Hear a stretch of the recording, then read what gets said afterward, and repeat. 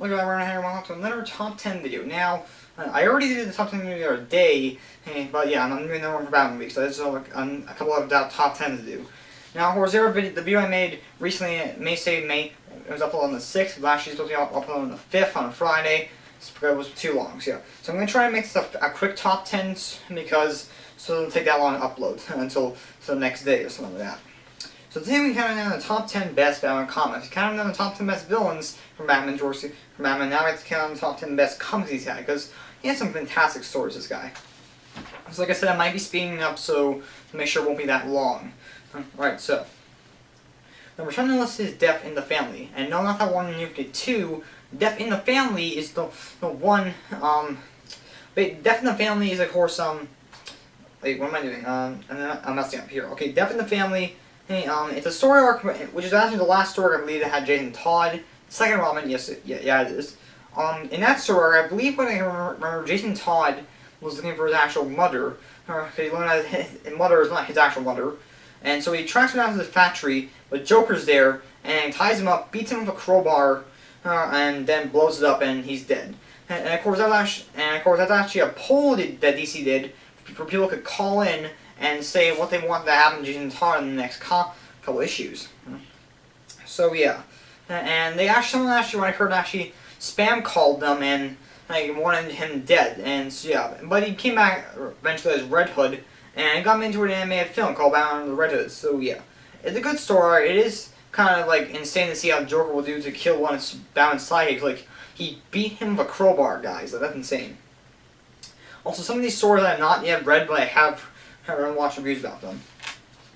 Number 9 on the list is Batman Long Halloween. This story, I believe, is somewhere a sequel to no, is that Man Who Laughs? I don't remember, but it's I think it's a sequel supposed to be to Year 1. In this story, it's basically set around Halloween. Many Batman's villains are out on the loose, causing havoc for him, like Scarecrow, Joker, Catwoman's Chaos. I believe there's some good stories for all the characters in it, and stuff like that. Like I said, I don't know much about this one, so this won't take much long. You can just go look up reviews and stuff like that. Number 8 on the list is Batman Earth 1. Batman Earth 1 is an alternate universe of Batman. It was created by Jeff Johns. That guy creates so much stuff. He even helped create the Arkham Knight in the game. So yes, what Batman Earth 1 is, it's a story arc where Jeff Johns basically would set Batman in our world. Like if Batman was in our world, like our actual world today, and he basically made it look like how it would be like. So of course it seems like since his parents died by some shooter, but of course Bruce then goes to all these random different locations to go train. Alfred trained him because he was in the military.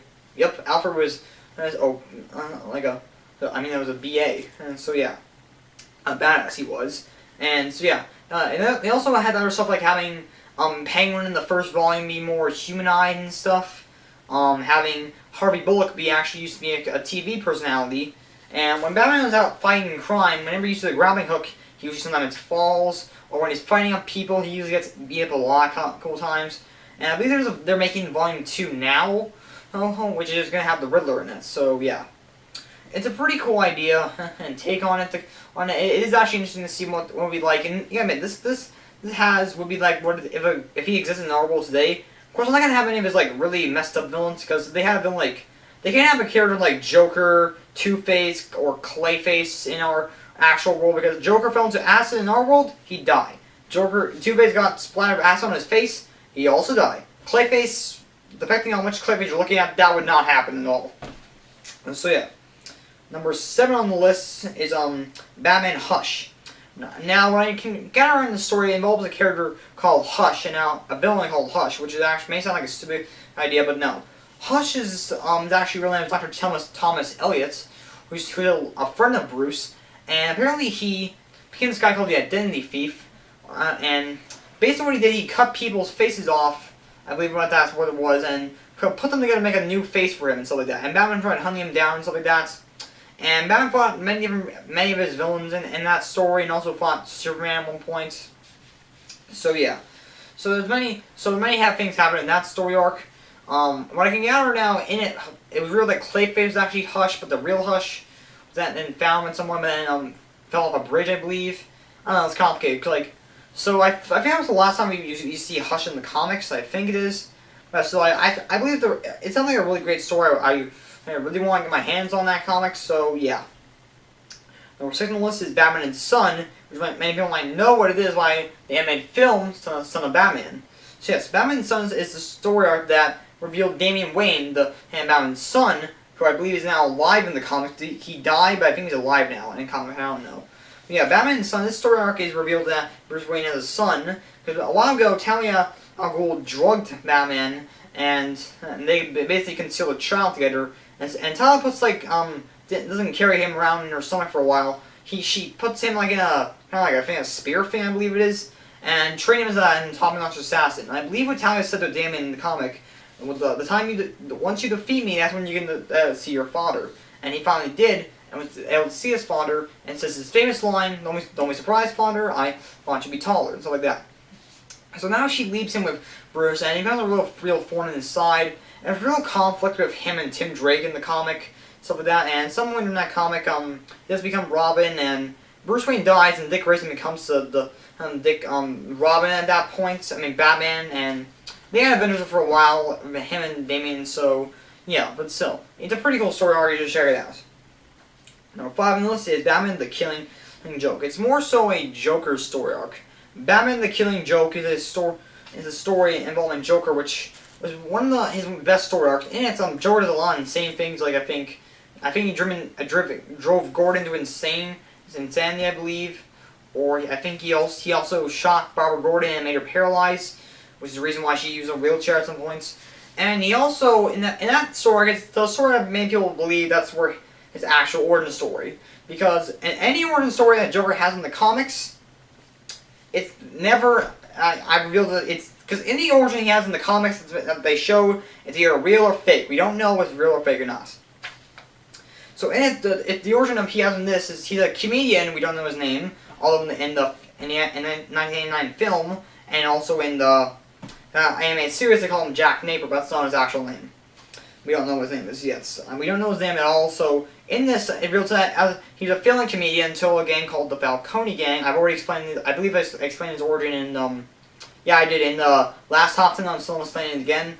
If you haven't seen it, he basically gets hit. The Falcone Gang makes him come to this film called the Red Hood, and he goes to Ace Chemicals at some point, and Batman interferes with it and actually knocks him into the chemicals. And when he comes out, he learns he has like a flame-like face, the green hair, red lips, and yellow teeth, and he's a Joker now. It's a really great story. I heard it, and I really want to get my hands on this, like I said. So yeah. Number 4 on the list is The Dark Knight Returns. This is a fantastic story. I have not read it, but I have seen the film, which basically is sort of the same thing as the film. Is almost exactly like the comic. Thanks. So yeah. Anyways, in it, it's a couple years in the Batman's future where he's now retired, but because of this new gang called the Mutant Society, has to come out of retirement and stop them. But also Two-Face comes back, and Joker comes out. Next, he has a fight with Superman. There's a new Robin called Carrie Kelly. A lot of crap happens. This is just awesome. It's cool to see what it would be like if Bruce Wayne was an old man and stuff, and has an epic fight with Superman, of course. And Joker's really insane, and he actually, spoiler alert, kills him in it, which is quite messed up in every way. So yeah, and yeah, the anime film is almost exactly like the book, which is actually pretty cool. There's actually a sequel book to this called The Dark Knight Strikes Again. The Dark Knight Strikes Again, which I've not read, but I think it's good. I've heard it's good. And so yeah, this is a really great story. You should check it out. My friend on the list is Batman Zero Year. This is one of the more recent story arcs in the New 52. The next two after this one will also be in the New 52. The 0 Years, I think, is one of the only story arcs focusing on the Riddler, who's a really cool Batman villain. And basically in this story, I've only read bits of the comic, but I want to read more about it still. So anyways, 0 Years following this, where Bruce Wayne wakes up after some point and finds out that Riddler has taken over the city and stuff. He has full control of it. Then Batman now taking on an alternate version of his first appearance costume. Looks really cool. He fights Riddler. A lot of crap happens. It takes long for Batman to take him out, but he finally does take Riddler down. I know my friend James really likes the story. Riddler's his favorite villain and stuff like that. So yeah. Anyways, number 2 on the list is Batman the Court of Owls. I can't remember much of this story arc since it's like a really complicated story it was to me. So yeah. What I can remember is the Court of Owls is this ancient group that's been living like living in underneath, like living in the shadows in Gotham for at least over 800 years. Since the 1800s, I believe. And they've been killing off people in the Wayne family, and Bruce Wayne's the most latest person, and they try killing him and also his alter ego, the Batman. And it gets really complicated. I really like the first one, but I also really do like the volume 2 of it, called The Night of Owls, because it really in this spoiler alert here, this is actually a big spoiler alert. Bruce Wayne finds out he has a brother. A character in the comic was called Lincoln Marsh, but revealed in volume 2, his name's actually Thomas Wayne Jr., who's the son, he's the brother of Batman, not the son. And yeah, it's quite messed up. They have an epic fight. I really like his Talon design. Oh yeah, the Talons are like assassins that fight the Batman and stuff like. They're pretty cool. An interesting story. There's actually a title called Talon, which I think is still going on. I don't know. But yeah, it's an interesting story. You should check it out. And finally on the list, number 1. I'm sorry we got this fast. Number 1, like I said, I'm trying to speed up so it doesn't take too long. Like last one. Last one was like 28 minutes. Number 1 on the list is Batman: Death of the Family. Not Death in the Family, Death of the Family. Joker's best story arc there has been today. My favorite Batman story arc in the comics. So yeah. In this story arc, and which is revealed in Joker. This proves how much of a psychopath he is. He cut his face off, and I believe in Batman Detective Comics number 1, something like that, and nailed it to a wall. But now the police have it. He breaks back into Gotham, steals it from the GCPD, and straps it back on. It's quite messed up. And he also reenacts many of his famous crimes, like killing the son of, I think it was John something, and the person he kills is actually the son of the late person who was the first person he first killed. It's reenacted him as Red Hood, meaning Batman at the Ace Chemicals, but it's actually Harley who's pretending to be Red Hood, while Joker was at the Gotham Bay, ready to blow it up like he did in the story arc called The Man Who Laughs, and reacts everything that happened, and someone later on reveals that he actually knows who everyone in the Bat family is, so he knows who Nightwing, Red Hood, Batgirl, Red Robin, and the current Robin, and of course Batman are. So yeah. Afterwards, Batman tells the family that a couple years ago when he first fought Joker, when he escaped, Batman went to the Batcave and found one of his Joker cards there and thinks he got his way in. But yeah. But of course, he didn't. Batman convinces him he didn't. And so when he meets Joker at the Arkham Asylum, he has a couple of his villains helping out Joker, like Riddler, Penguin, Mr. Freeze, all those people. But yeah, afterwards, he convinces Batman that he actually cut his Bat family's faces off, but he didn't actually. And afterwards, Batman's about to reveal to us who Joker's real name is, because he finally knows who he is, but then the Joker shoots acid at him and gets accidentally dropped off the ledge and supposedly dies. We all get the idea he's going to come back at some point. So yeah. Other than that, it's just a really great story arc. I really like it. It's my favorite Batman story arc, like I said. So yeah. So if you guys were watching the top 10 video, I know it went really fast. Like I said, I didn't want to like 28 minutes like the last one. This is probably a bit shorter. Yeah, if you guys are watching, you think more Batman videos coming your way, I'll catch you guys later.